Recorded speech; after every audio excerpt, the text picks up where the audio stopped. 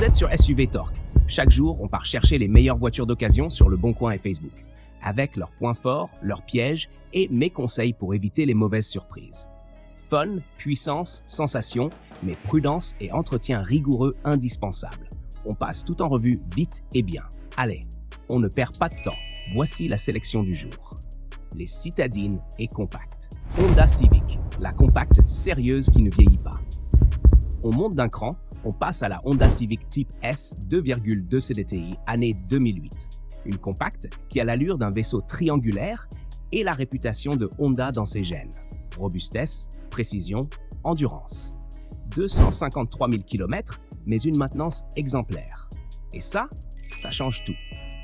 Honda a conçu ce moteur 2,2 comme un bloc de granit travaillé au scalpel. Mais même le granit a ses caprices. La vanne EGR adore s'encrasser. Le turbo peut montrer son agacement avec un panache de fumée. La boîte 6 vitesses réclame une conduite propre.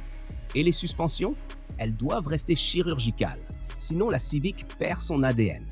Mais quand tout est propre, entretenu, carré, là tu as une compacte qui roule comme si elle avait 20 ans de moins. Une voiture sérieuse, agréable, douce mais musclée quand il faut. Mercedes Classe A, le premium raisonnable. Changement d'ambiance. La Mercedes Classe A 160 CDI, année 2013, arrive, rouge, élégante, posée, presque fière. On est sur du premium, mais sur du premium réfléchi. 169 000 km, un intérieur noir propre, un suivi correct, un contrôle technique qui donne le feu vert.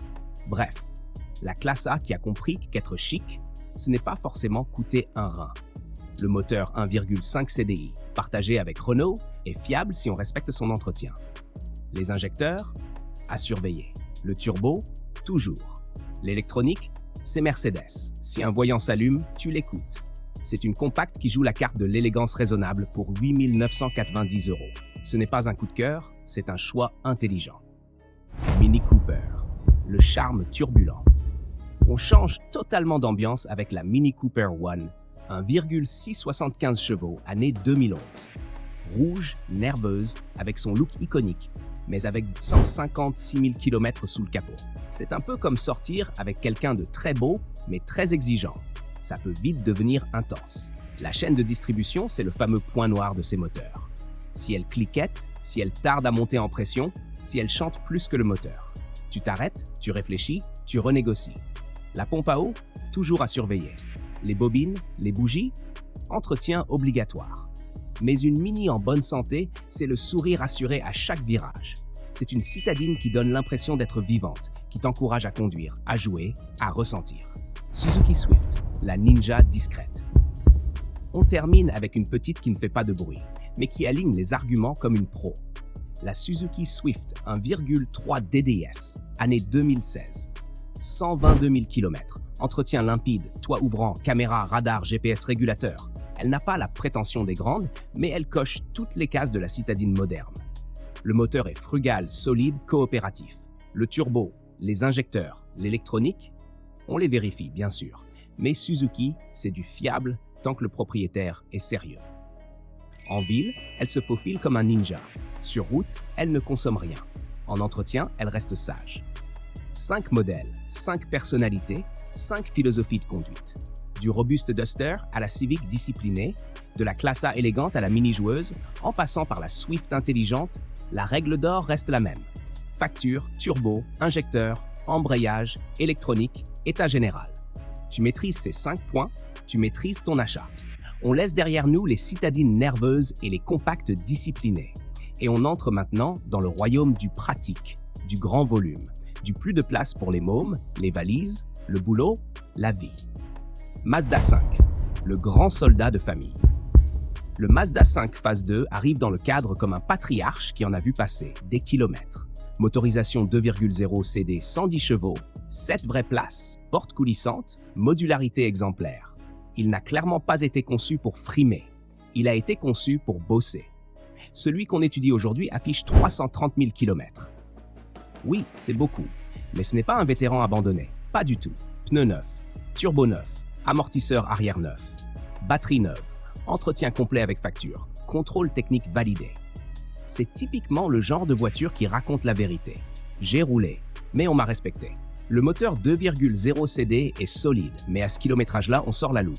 Turbo, même neuf, on écoute, on surveille. Injecteur, pression, reprise, fumée, rien ne doit mentir. FAP, un grand classique, surtout sur des trajets courts. Suspension arrière, souvent en première ligne quand toute la famille est à bord. Embrayage et boîte manuelle, fiable, mais un long essai est obligatoire.